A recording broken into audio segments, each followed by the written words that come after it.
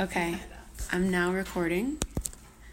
Let me pull up my interview questions, and then we'll be good to go. Cool. Hi. Hi. Can you state your name? Lindsay Murphy. And Lindsay, where are you from? I am from Long Island. I'm from Syosset, a town there. Syosset. Syosset. Okay. Mm-hmm. And what type of town is that? Is it like a big city, like farm? No, it's suburban. It's like mid-sized. I couldn't even tell you the population, but it's a lot of houses, stores. Yeah. The normal, commercialized stores. Okay. So what do your parents do? My dad and my mom work together in our house. Oh, okay. Cool. It's fun. Yeah. It's really not. My grandpa, my Poppy Bill, he started a business, and then my dad almost immediately joined him, and they're, well, my grandpa's now 90-something, and so he's no longer a part of it, but they are basically sales representatives in the tech industry, and so Interesting. my dad does a lot of the sales and runs the company, and my mom went to school for secretarial science, so she is the secretary. She ships. They have small parts that they also ship, and she runs everything else basically, all the administration type stuff. Cool. So what do you do for work? I'm a teacher. Okay. Teach fourth graders in Brooklyn, Brownsville. Cool. And yeah. Yeah. How'd you get into that? I was involved in education, politics in college, and wanted to try out teaching before, or if I ever get into education policy. Yeah. And so I did a summer program one summer and got hired to teach, and then moved schools after that. But Yeah. yeah. Do you have any siblings? I have 2 sisters. We're triplets. You're triplets? Yeah, we're triplets. That's pretty unusual. Mm-hmm. How do you think that affected the way that you were raised? That's an interesting question. I think we're always looking out for each other. My parents were very careful with us because they knew one mistake with one of us could probably mean a mistake times 3. Yeah. But I think my mom was big on making sure that we were seen as individuals also. But it was kind of cool. I feel growing up, people if they didn't know me, they knew my sisters. Yeah. So, I was able to know a lot more people probably than I would have just as alone. But yeah. What types of things do you think your mom did as far as making sure that you were all seen as individuals? She would always de-emphasize anytime someone tried to say who's the smartest or oh wow, or just calling us the Murphys or the triplets. So she'd use your individual names instead of saying triplets. Yeah, and when people would say it, she'd kind of try and hasten them along away from that. And I think she was just also encouraged how different we were. It was okay if someone wasn't interested in something. We didn't all have to play soccer. We didn't all have to do the same thing or be the same person or care about school to the same extent or subjects and stuff. Why do you think that was so important for her? I think she didn't want anyone to feel less important, or it's very easy for people to create distinctions and say oh, this person is the smart one, and people want to do that. And I think she just wanted each of us, she saw all of us as individuals and wanted each of us to be appreciated for that rather than discouraged because we're not one thing or another that other people wanted us to be. Yeah, definitely. Rather than kind of rank you against each other. Yeah. So as you know, the project that we're working on has a lot to do with the American dream. Do you feel first of all, what does that phrase mean to you? And second of all, do you think that had any, or how did that influence the way you were raised, or where do you see that being shown in the way that you were raised? I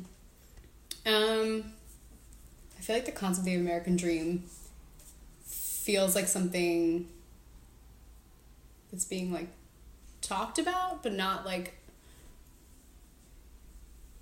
in a more like current sense. Like I don't feel like I think about it and talk about it. But I like it very much was like a big part of, you know, things that my grandpa will discuss and talk about with his like upbringing and such. And it's interesting because, like, you know, in politics they like are still talking about the American dream, but it feels weird to be like a member of like this demographic in terms of like being, you know, within the 18 to 25-year-old bracket and suddenly in pursuit of that, I guess. I don't really feel like I'm in pursuit, or we're in pursuit in the same way that we were in the past. I don't know why that necessarily is. As an American, you mean? Yeah. Being like a young person trying to like pursue the American dream. I think it's like a lot more confused now.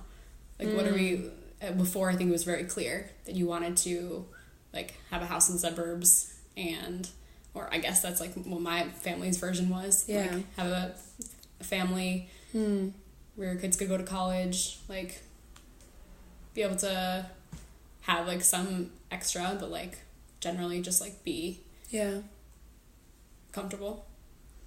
And that was different than, you know, what my grandparents was, or like the generation before that, but yeah. Do you feel like there's any unifying kind of American dream type goals that your generation has? That we all do? Yeah.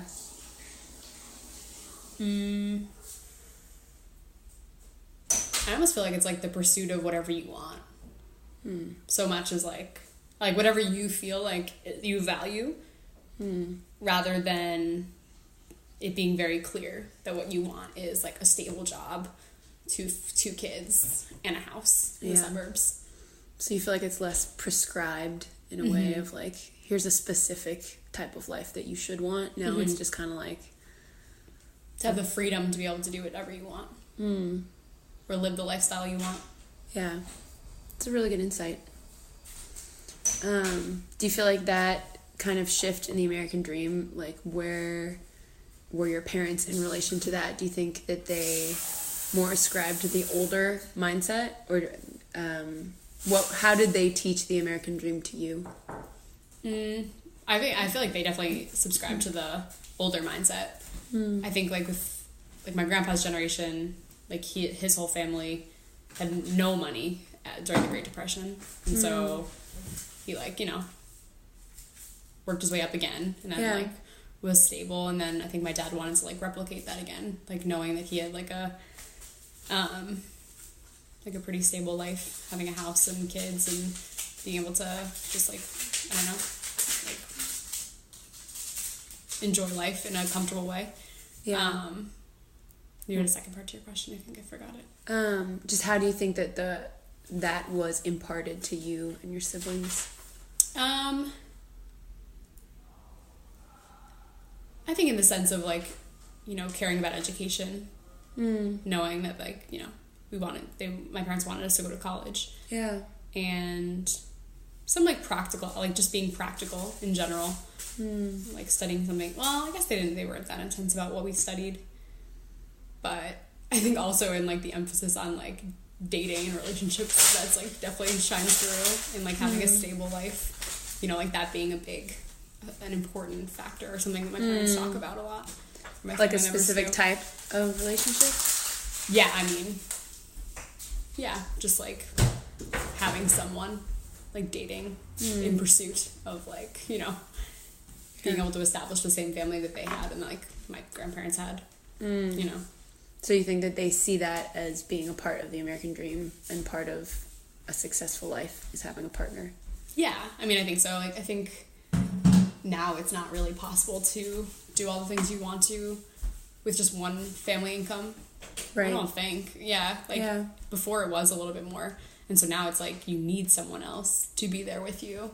But also, like, the American dream is not for you to, like, be single for the rest of your life. Yeah. And have, like, a live-in boyfriend. Yeah. You know? I feel like it's to, like, establish that family. And then, it's definitely most important to me. Yeah. That's why, like, they started to emphasize it, you know? They, like, ask, you know, when you start to turn 20, around there. Like, what? Are you dating anyone? You know, that sort of thing. Okay. Do you think that kids are an important part of that equation for them? not sure of like to like be able to uphold this American dream, but so much as like my mom would like to have grandkids. Yeah. She had 3 girls. She's hoping that they'll have children. We'll have children, I guess. Yeah.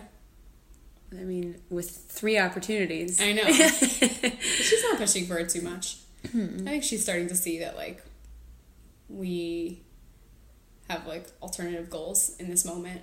Yeah. So that sense of stability, I mean, when do you feel like that focus kind of shifted? If your parents had that mindset of stability being more of the goal of your life as an individual, and then now you feel like you've shifted into kind of this more generational mentality of like pursuing kind of success in a different way. Why do you think that changed for you, or what changed that for you?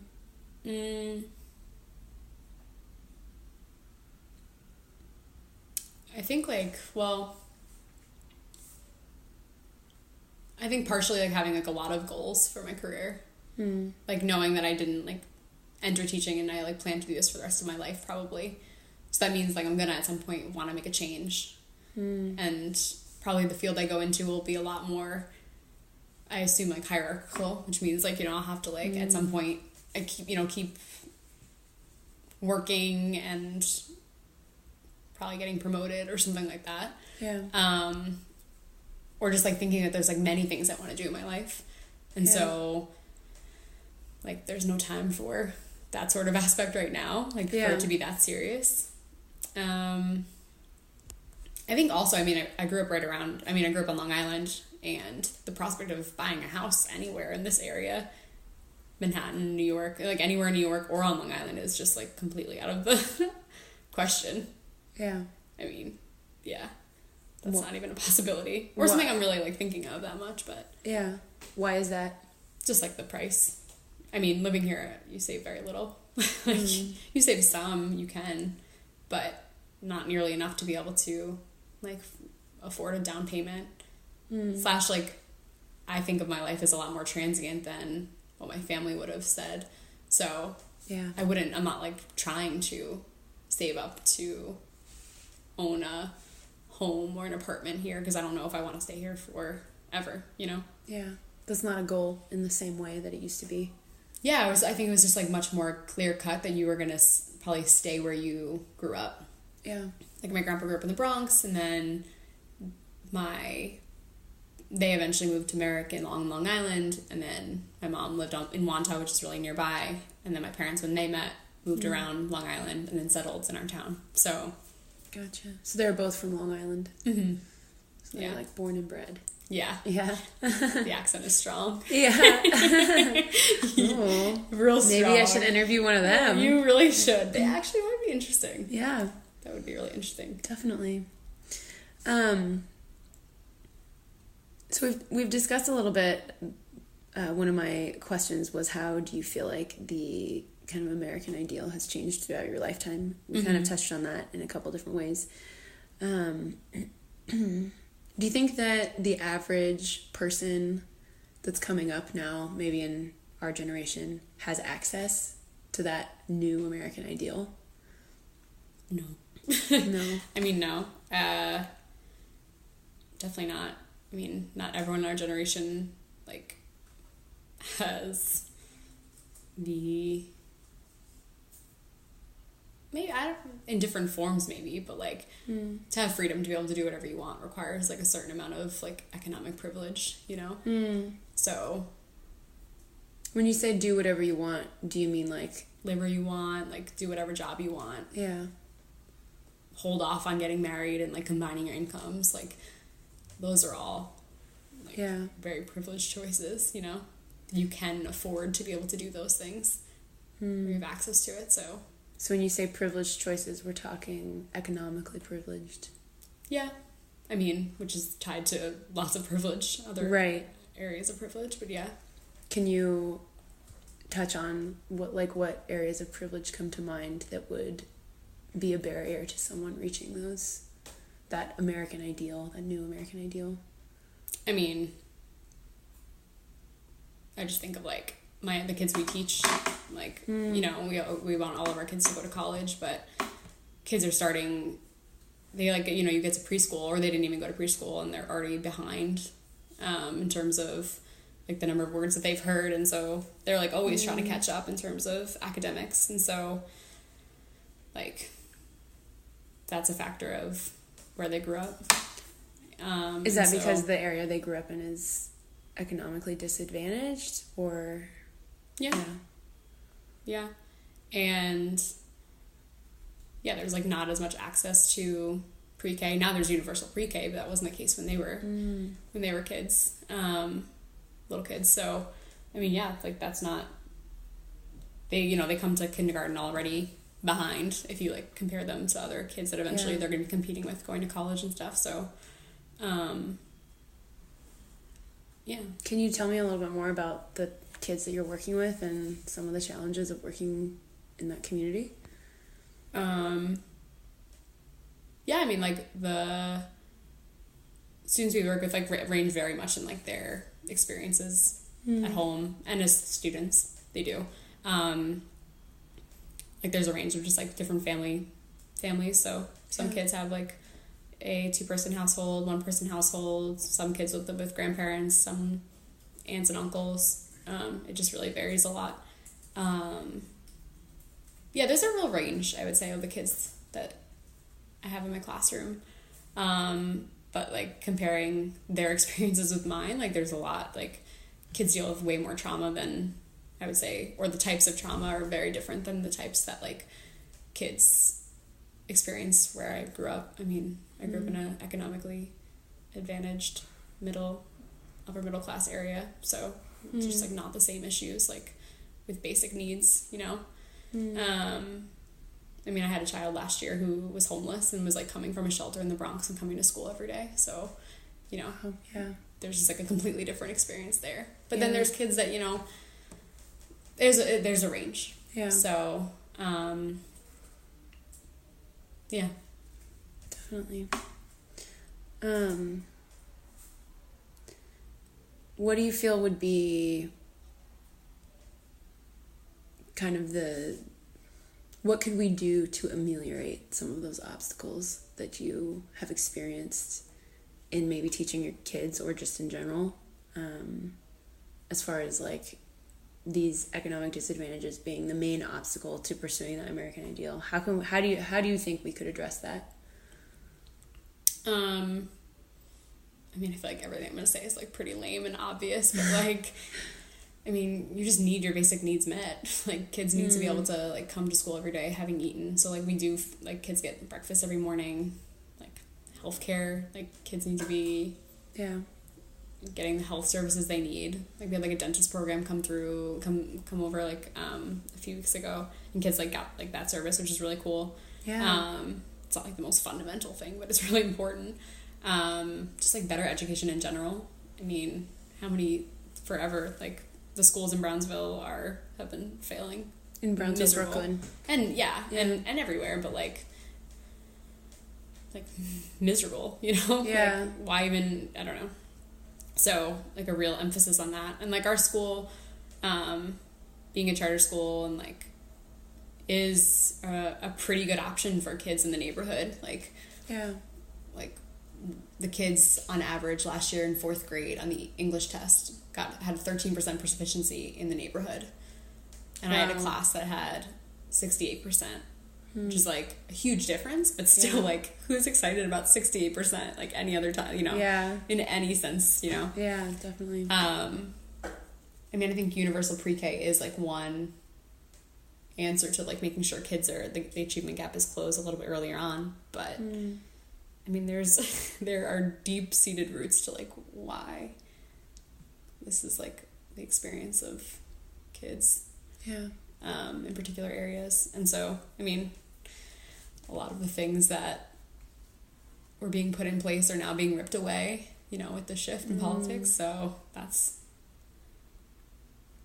just I don't know, but that's how it's always been, you know, is like the ping pong of people's lives. And so do you feel like those measures that would address those obstacles should be enacted on a government level, that would help increase access to that American ideal? Yeah, I mean, there's no, like, what other level would there really be? Like, through the private sector, do you mean? Yeah, just, I mean, how do you see those policies being enacted or those needs being met? What agency is meeting those needs? You know, is it private? Is it families? Is it government? I mean, I think more so it would be government. Yeah. Because people don't have the ability to meet all of those needs, which are, like, very expensive. Yeah. At this point in time. And it's, like, it's the sort of thing where it's, like, how do you expect people to do that? And to meet all the needs, like, healthcare is so extremely expensive, and you're tied to where you live in terms of your education, unless you get into a charter school. And so, I mean, the government creates these blockages for people, like, really getting what they need. Yeah. And so I would say it's the agency that touches upon people enough, and the private sector is not going to do it for people, you know? Yeah. And yeah. What do you think is the biggest barrier right now to you achieving that American ideal? For my own life? For your own life, yeah. I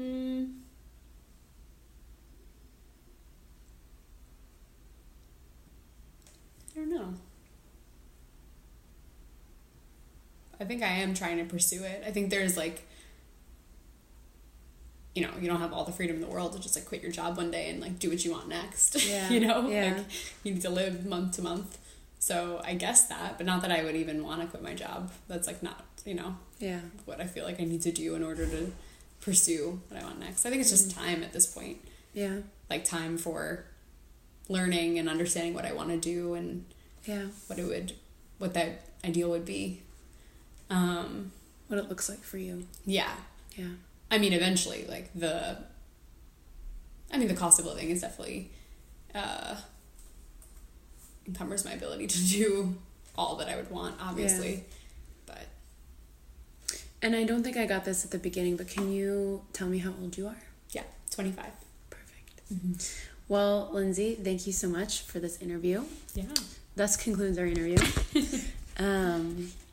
I really appreciate it. Yeah, of course. Any final thoughts on unifying themes that you see within, like, what are characteristics that you see in your fellow Americans that you think, regardless of political affiliation or economic standing or education level, like, are there any traits that you see as being like, yes, this is, like, we are American? No, I think it's way more divided than, like, maybe it's naive to say ever before, but it is extremely divided, I would say. And I, like, recognize how I live in a very, like, in a very isolated area where, you know, people believe a lot of things that I believe, and that it's very different than in other places. Yeah, I don't know. I'm not sure if I could say that there would be a unifying theme in particular, because, like, I don't necessarily have a sense of what other people are thinking, really. Yeah, that's valid. So, thank you very much. Yeah, of course. Woohoo!